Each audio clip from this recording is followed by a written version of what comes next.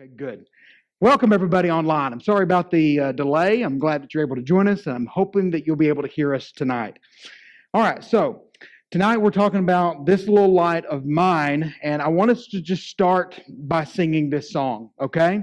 And usually when I sing this song, there is like a song that I interject between each verse.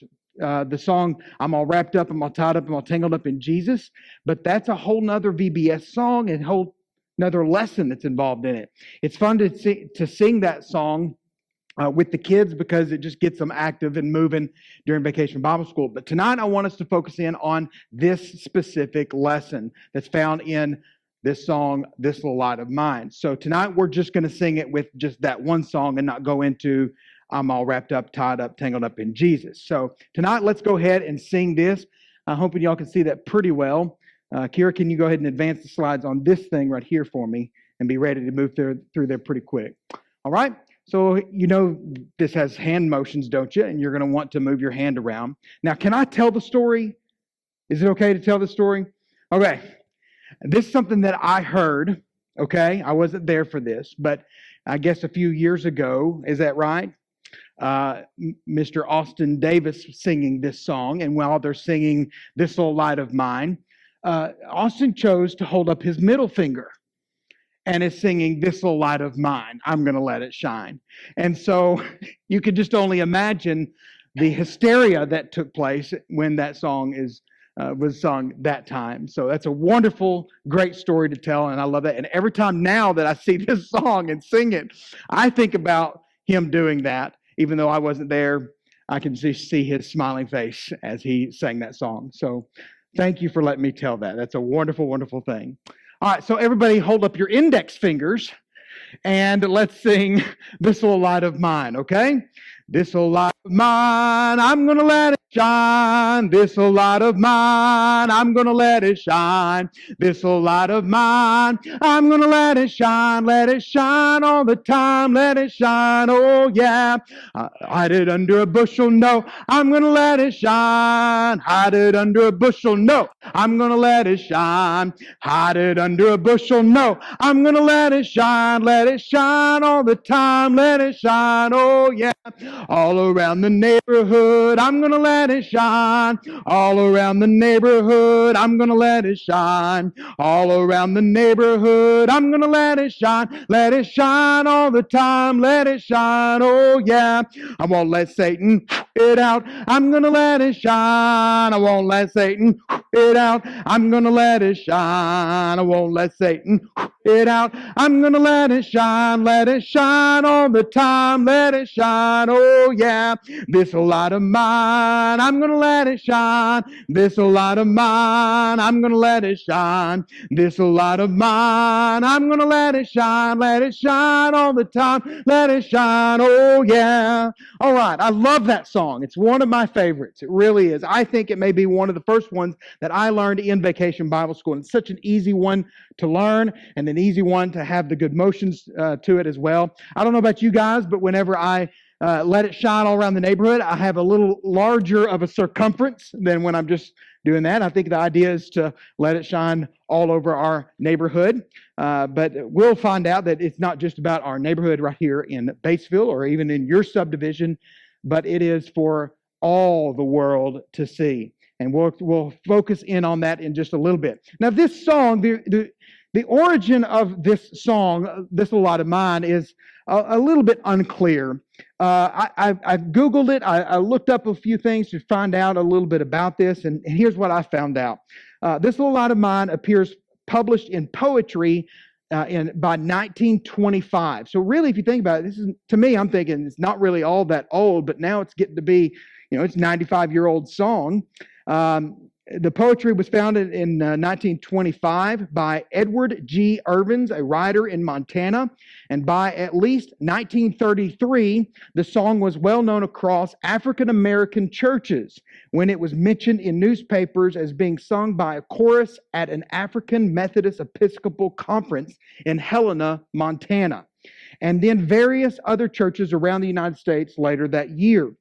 In June of 1934, John Lomax and Alan Lomax recorded the earliest known recording of the song when they recorded Jim Boyd of Jacksonville, Texas, singing at the state penitentiary in Huntsville, Texas.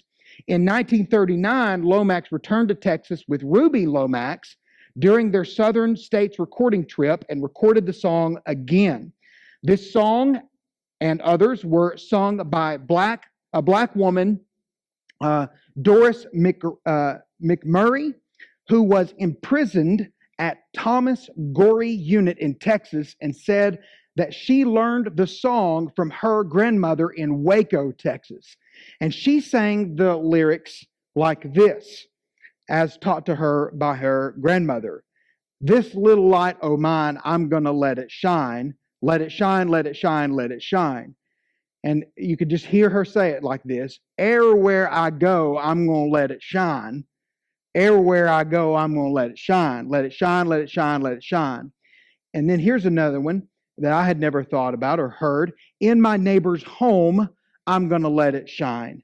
In my neighbor's home, I'm going to let it shine. Let it shine, let it shine, let it shine. Now, many other verses have been added, and we've added some as well over the years and adapted the song, and somewhat even the tune has been adapted, and impromptu lines have been added into it, maybe appropriate to the occasion. I remember as a kid, I think at our vacation Bible schools in Greenbrier, Arkansas, we would sing All Around Greenbrier, I'm going to let it shine. We would just insert our town name into the song. But this song is sung around the world, and its simple lyrics and tune resonated with all ages.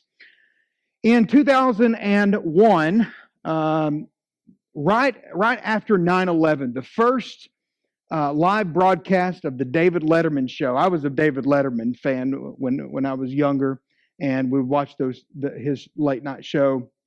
And the first live show, David Letterman had a group on that show singing This Little Light of Mine that night. I think it was the Harlem Boys Choir got on there and sang it with some other lady. I can't remember exactly. I found that out, and then I YouTubed to watch it later on, just to get the feel for it.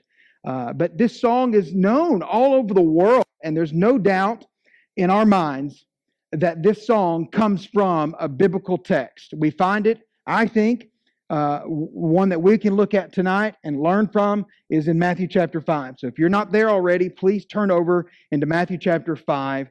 We're going to be specifically looking at verses 14 through 16, where this is talked about. But I want to give you the broader context and to remind you about what Jesus is teaching here.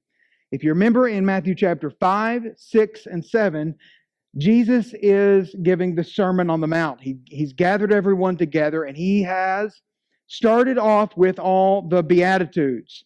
And he's giving the rundown, if you will, of those who are going to be in the kingdom of heaven, what they're like, and what the expectations are of these people, what God is expecting. And the key thought in the Sermon on the Mount is found, I believe, Matthew chapter 5, verse 21, where Jesus says that you are to have a level of righteousness that surpasses that of the scribes and the Pharisees.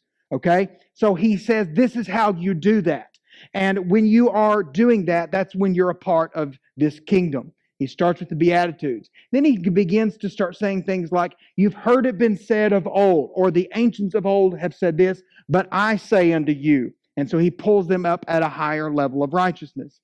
Things like, you've heard it been said that you shall not commit murder, but I say unto you, do not even hate your brother.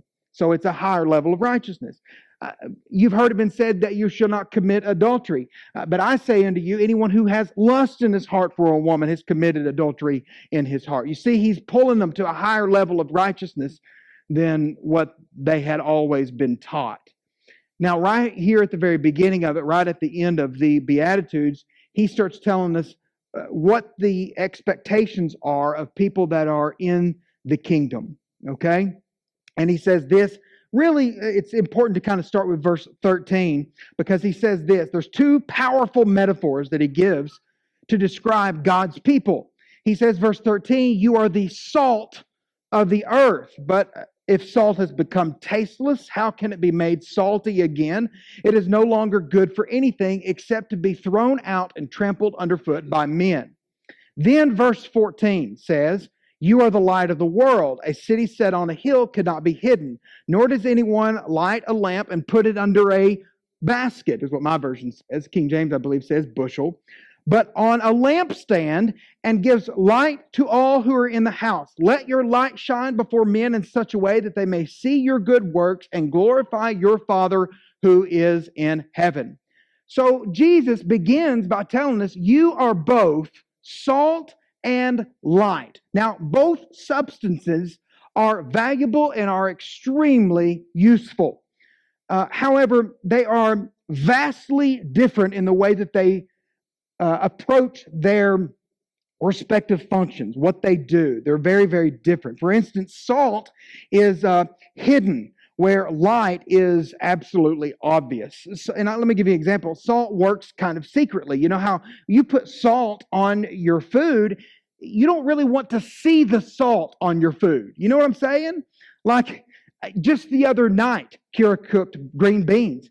And my green beans, me personally, needed a little bit more salt. So I asked for salt and pepper. So I put some salt on my green beans, but I could see the salt on the green beans. And I don't like that. So you know what I do is I stir it around a little bit so that the salt becomes hidden. I don't want to see it. That's the way salt works. But light is not that way. Light, you cannot do that. You cannot hide light. See the differences between those two things? Salt works from within, and light works from without. Salt speaks of the indirect influence of the gospel. That's what Jesus is talking about, an indirect usage. While the light that Jesus pictures for us is direct communication. Isn't that interesting? The way that we make an impact on other people. Salt has a tendency to, be kind of largely negative. It can delay or hold back corruption. It cannot change corruption into incorruption. And I think of it this way: Kira and I, we canned our own green beans this year. We've done that before, and we juiced our own tomatoes. You know what and pickles too. You know what you add to those things? Salt. Why? Because you don't want it to corrupt. It delays corruption. Okay? Now, that doesn't mean that those green beans and that tomato juice that we made are always going to be good. There's a certain time limit on it. But if I was to can those green beans and not add the preservative salt, then over time it's going to corrupt faster than it would if it has salt in it. So it delays corruption. In the same way that salt, that we are the salt of the earth, we delay the corruption of the earth. The earth is palatable. That's a good way of looking at it. It tastes good to God because we are the salt of the earth. We are what's keeping it from being totally corrupt. Okay, so it has that kind of an impact. But light is just a little bit different. When Jesus calls us salt and light, he's telling us that we were left in this world to influence it for the glory of God, both as salt and both as light. Both of them are to do that. That's what they have in common. We are to hold back the corruption of the world as salt, but we are to be light to illuminate and to eliminate confusion and wickedness that we find all around us. So both salt and light are spectacular. I think that they're miraculous. Salt is composed of sodium chloride. Sodium chloride. I have to look at Kira. She keeps me honest about stuff like that. She's way more of a scientist than I am. So sodium chloride is what salt is. Both of these are explosive elements, yet God has put them together and combined them in such a way that they are stable, edible, and valuable. That's miraculous to me. That's remarkable. Absolutely remarkable. Light is miraculous. Have you ever read the definition of light? Have you ever just thought, what is the definition of light? Just Google it sometime. I went to dictionary.com. That's what I did. I went to dictionary.com, and here's the way that it defines light. Light is something that makes things visible or affords illumination, okay? Which makes sense if you think about it. That's what light does. I can begin to see things, and it affords illumination. We go out to check on our chickens at night. Sometimes it's getting dark and we'll go out there and check on them. Well, I need a flashlight. Last night I go out there with the flashlight and I told Kira, I said, I think the batteries need to be changed in this flashlight because I can't see as well. I need more illumination. I need to be able to see more. That's what light does for us. Here's more of this definition from dictionary.com. Luminous energy, radiant energy. I don't know what all of that means now. That's pretty neat. Here, keep reading with me here. Listen to this one. This is dictionary.com. Electromagnetic radiation. This is the definition of light. To which the organs of sight react, ranging in a wavelength from about 400 to 700 nanometers and propagated at the speed of 186,282 miles per second. That's miraculous. It has to be. That's warp speed is what it is. It's warp speed. It's miraculous. So let me just keep reading just a little bit, okay? Listen, considered, this is light, again, dictionary.com, various as a wave, a stream of particles, or a quantum phenomenon. Well, while that may sound like a bunch of scientific gobbledygook, that sounds like a miracle to me. By the way, God spoke light into existence. He says, let there be light. And there was. How quick? Like that. That's miraculous. And Jesus says, you are the salt of the earth. We understand that. But you are the light of the world. Both salt and light alter the world around us. And the Christian does too.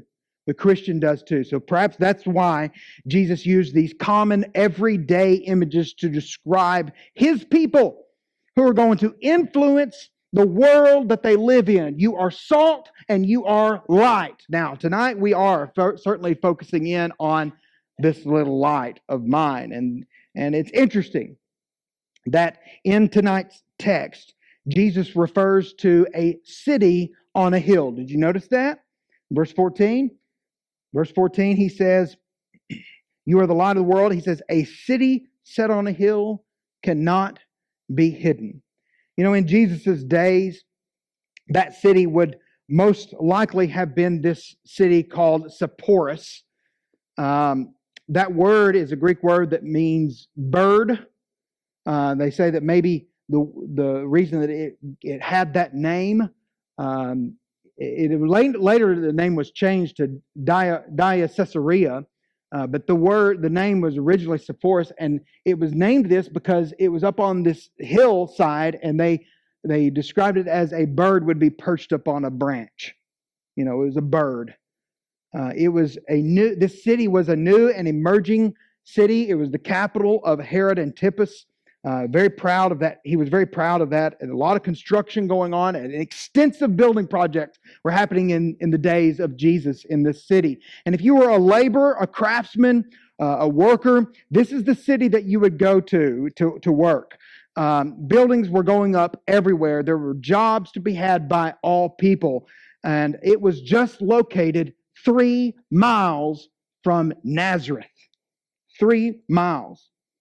And so maybe, I don't know, this is somewhat speculation. We don't have any biblical authority about this, but I'm just thinking in my mind, maybe as the apprentice to Joseph, his carpenter dad, I just think maybe Jesus and his dad would work in this area, and they would go there maybe to work and build houses or build furniture, build things in this area, and maybe as they'd go there, they'd get up early and they'd go and they'd walk to the job site and get there before sunrise and maybe see the lights of this city set on a hill.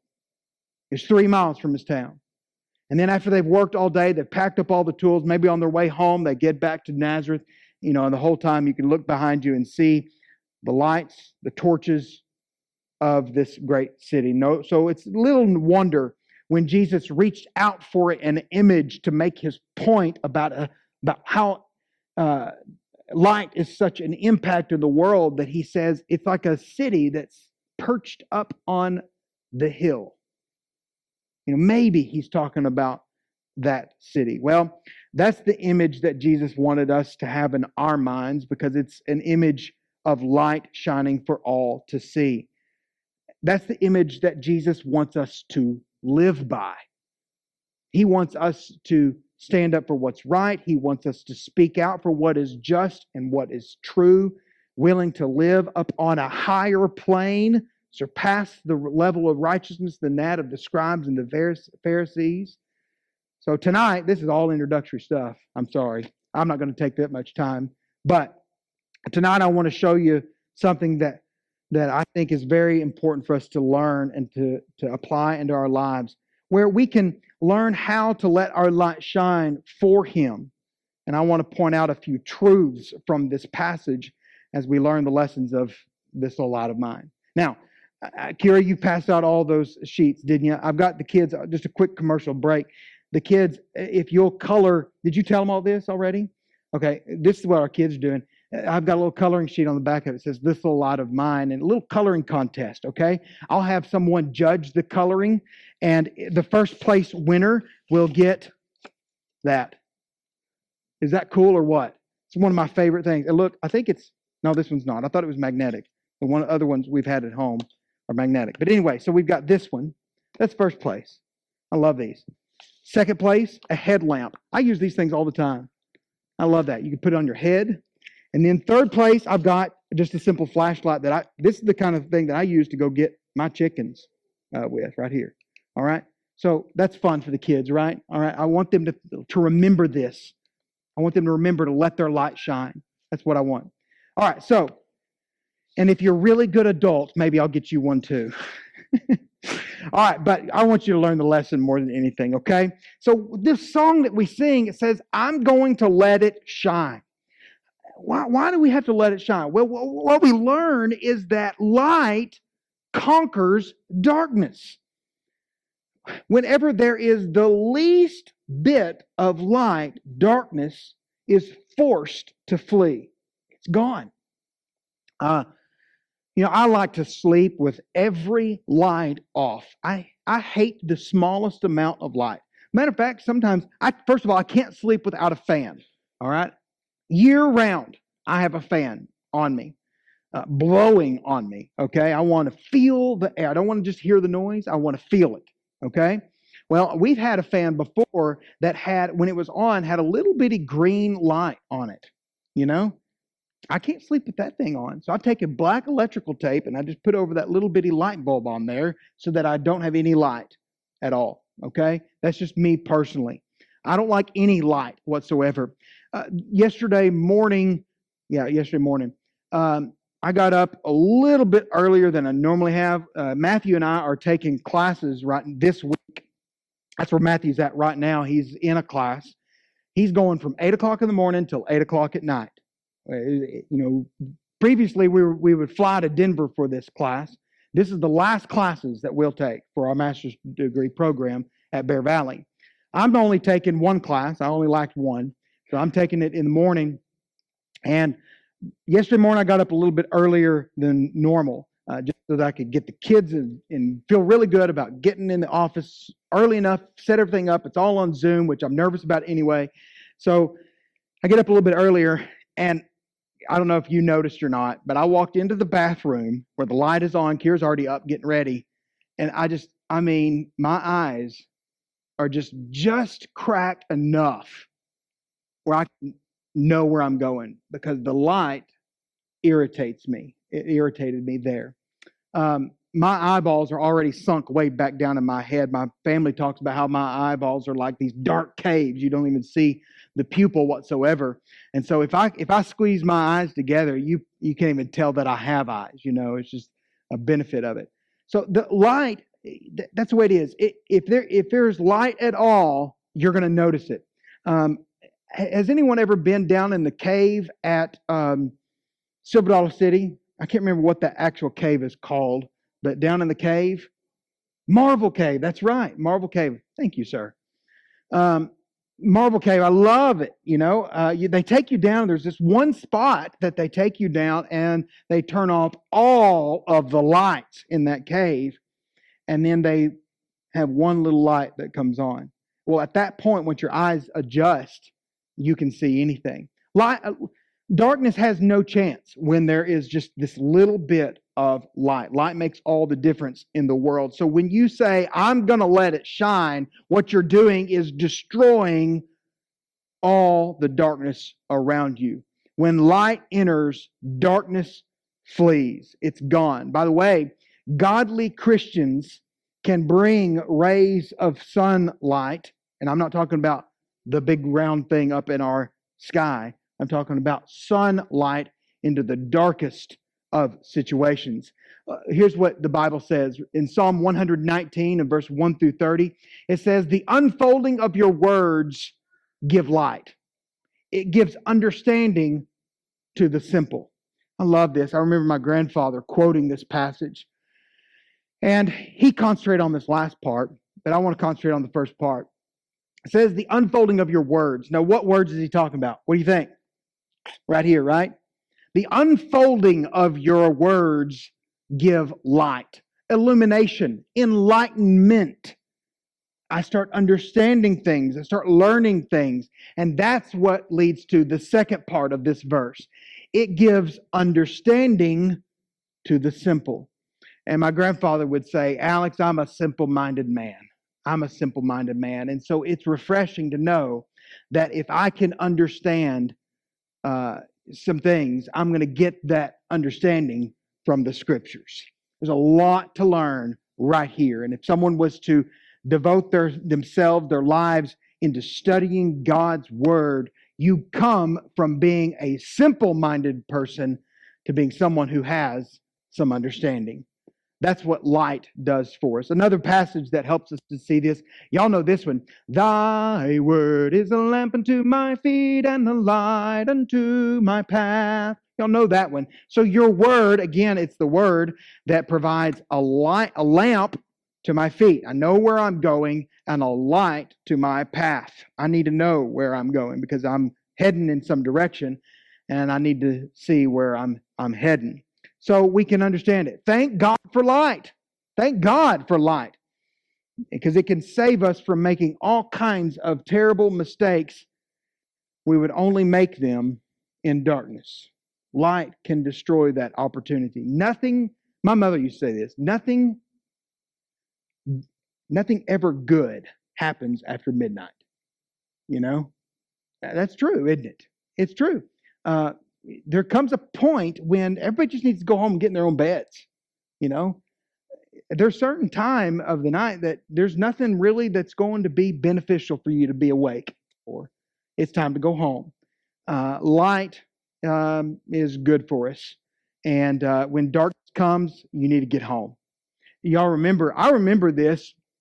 It would get to a certain time of the evening. I don't know, maybe 8 o'clock or 9 o'clock. I can't remember. And on television, they would say, it's 8 o'clock. Do you know where your children are? Do you remember that? Y'all probably, some of the older ones certainly do remember that. There comes a point where you say, do I know where my children are? Do I know where I am? Here it is getting dark. Do you know where you are? One of the first times I was ever really, truly scared, I was a senior in high school, and me and my buddies, I was in a rock band in high school. Yes, I played the bass guitar in a rock band in high school. And there was a time in my life where I had to decide, am I going to be a rock star or a preacher? Sometimes in my mind, I'm still that rock star. However, in high school, and I was a senior in high school, me and my band, we were playing at Riverfest in a talent show. And went on to win that talent show, by the way. We played under the Little Rock pavilions right there at the River Market. You remember, if you drive in Little Rock, you see that. My band played there in this talent show. But the Saturday before our talent show was later that Sunday afternoon. That Saturday night, the band Collective Soul came to Little Rock and played a concert. So me and my buddies, we went to go hear Collective Soul. We were pretty big fans. And so we sat there, and we didn't do anything wrong or anything, but we were there late. And me and the drummer in my band, his name is Justin King, still plays drums. Me and him thought that we were riding with so-and-so, and they thought that we were riding with Preston Palmer. Preston Palmer still plays music. He actually owns Palmer Music Company in Little Rock, or in Conway, had Palmer Studios. These guys went on to be musicians. I went on to be a preacher. All right? So everybody thought that we were riding with somebody else. All of a sudden, I'm in downtown Little Rock at like 1 o'clock in the morning, and the concert is over, and we didn't have a ride home. And this is a time where we didn't have cell phones. Y'all know that. It was 1999, and I think there were cell phones, but children didn't have them. I know that much. We didn't have cell phones. So we walked from the River Market to, I guess it was the Peabody Hotel. I don't know if it's still then it was like Excelsior or something else. I don't know who owns it now. Maybe Marriott. But anyway, we walked to the Peabody Hotel. We go into the lobby. Of course, they're like, "What are you guys doing here?" You know. And we just said, "Hey, I need to borrow a phone. I need to call somebody." Well, I wasn't going to call my parents. I didn't want to call my parents. My parents were asleep. So Justin calls his dad, Brody King, and he calls his dad and he says, "Hey, we're down here. We just got left, and we need somebody to come pick us up." His dad was so good to us. He came and picked us up and took us to Waffle House that night. And it was so much fun. I had a great time. But there was a moment when things were getting dark that I was scared. Walking through those dark alleys in downtown Little Rock on a Saturday night, I was scared. I didn't belong there. But as soon as we got into light, as soon as we knew that there was light at the end of the tunnel and that there was a plan on how we were going to get home, boy, that made me feel so much better. I need a lamp unto my feet, and I need a light unto my path. I need it. All right, let's keep looking here. This song says, "Hide it under a bushel, no." And it also says, "all around the neighborhood." Now, Jesus uses part of this, or not, well, the song uses what Jesus says. Jesus says that no one in their right mind is going to take a light, a candle, a flame, and put it in the room and then put a basket over it.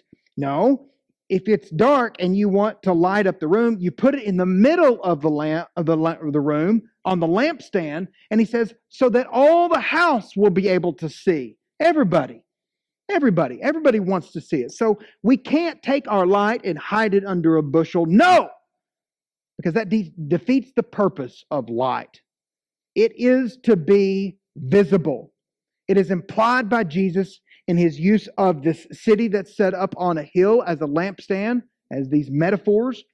And Jesus therefore expects his followers to be seen in the world, all around the neighborhood.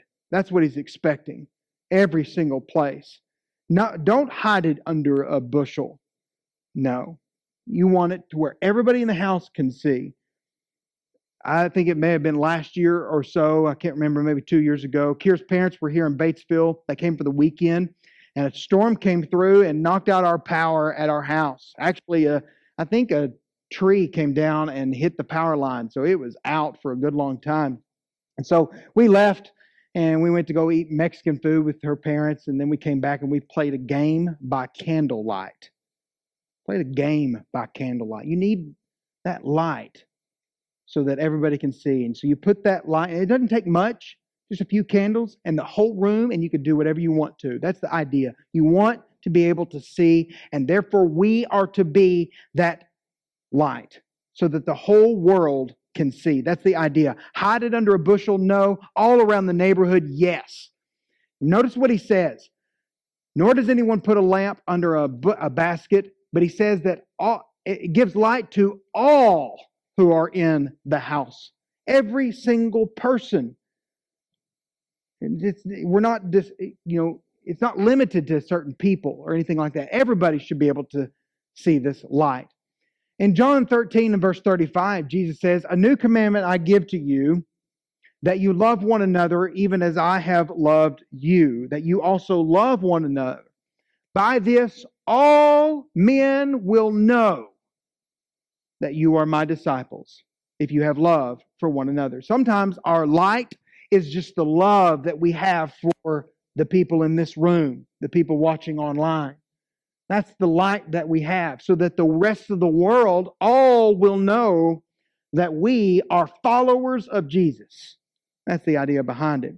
In John 17 and verse 21, Jesus says that they may be one. And it's in the middle of his prayer. He's asking for unity. He's having a prayer with him and the Father, and he's wanting unity about his disciples. And he says that they all may be one, even as you, Father, are in me and I in you, that they also may be in us. We all have unity together, and we have unity with God. Why? Jesus says, so that the world may believe that you sent me. That's the light. When the light is shown, the world may believe. The world, all around the neighborhood, all around the world is where we let it shine. Peter writes in 1 Peter chapter 2, verses 11 through 12, he says, "Beloved, I urge you as aliens and as strangers to abstain from fleshly lust which wage war against the soul. Keep your behavior excellent among the Gentiles, so that in the thing in which they slander you as evildoers, they may, because of your good deeds, as they observe them, may glorify God in the day of visitation." I wonder if Peter thinks back to when Jesus is talking about letting our light shine so that people will see our good deeds and glorify God. I wonder if his mind goes back to that moment, and that's when he pens these words in 1 Peter chapter 2. They may see, they may observe those good deeds and therefore glorify God. But the devil, he would rather us not. The devil would rather us not be that light. He would rather us not do the good deeds. He would rather us not shine. He'd rather us not glorify God. We sing part of the song, "I won't let Satan blow it out." I won't let Satan blow it out. Satan, he wants to limit your influence. He wants you to think that it's not worth it for me to let my light shine. He wants you to think that you shouldn't even try anymore. He wants you to say that it's too tough for me to live as Christ. He wants you to say that it's too tough for me to try to evangelize and be a light in my community, especially right now when people are having to wear masks and people are not able to be together as much. It's not worth it, is what Satan wants you to think. He wants you to extinguish your flame. That's what he wants you to do. He wants you to blow it out. Not just him. He wants you to do it. Because then he's certainly got your commitment to not following Jesus and not being the light. Paul says in 2 Corinthians chapter 4 and verse 3 through 6, he says, "Even if our gospel is veiled, it is veiled to those who are perishing." He says, in whose case the God of this world. Now, who's the God of this world? It's Satan, isn't it? My Bible has this not capitalized for one thing, but the one who is the God of this world is Satan. In whose case the God of this world has blinded the minds of the unbelieving, so that they may not see the light of the gospel of the glory of Christ, who is in the image of God. He says, "For we do not preach ourselves, but Christ Jesus our Lord, and ourselves as your bondservants for Jesus' sake. For God, who said, 'Light shall shine out of darkness,' is the one who has shone in our hearts to give the light of knowledge of the glory of God in the face of Christ." Wow, that passage deals with light. That passage deals with the possibility that Satan, the God of this world, could blind your mind so that you may not see the light. Ooh, I don't want Satan to blow it out. I don't want him to extinguish my flame. I don't want him to influence me to extinguish my own flame. But Satan would rather us have no knowledge of Jesus, no knowledge of the glory of God, no knowledge of the light. He'd rather us just blow it out. And he will do all in his power to convince us to do that. This little light of mine, I'm going to let it shine. You have a great influence. You have the opportunity to be both salt, we've talked about that one, and light. And you've got to make up your mind to say, this little light of mine, I am going to let it shine. I'm going to do it. I'm going to let it shine no matter what. So, tonight, let's sing it. Let's sing it one more time as we conclude tonight. And let's be reminded about how we can let our lights shine. Before we do, any questions or comments? I know I kind of went through that pretty quick. I wasn't sure, how much time or anything. Looking at the clock, we've got plenty of time. Yes, sir. Question, comment. Who's judging the contest? Oh, when? Probably. I'll probably post it on Facebook and let everybody know tomorrow. So we'll do that, and I'll probably announce it Sunday morning as well. Okay, all right. So we'll do that. But get that coloring sheet done and pass it in tonight, and that'd be great. And we'll let somebody judge. I would tell you who's the judge, but you'll probably slip them a 20. So I don't want any bribing going on for that. Any other questions or comments relating to this lesson or anything like that? Walter, what's the question? Oh, okay. Okay. Well, you just put it. Yes, ma'am. Did you have a question? Just stretching. Anybody else? No stretching right now. All right. Anything at all? What do y'all think about this? Is this not fantastic stuff? Have y'all enjoyed these lessons on the VBS songs? Wow, I've really enjoyed it. And I've not done all the songs. I didn't hit all of them. There was if you're happy and you know it, clap your hands, stomp your feet, shout amen. I didn't even hit that one, but I thought, well, we hit the joy one, and so that one worked out. Anything else? Yes, sir.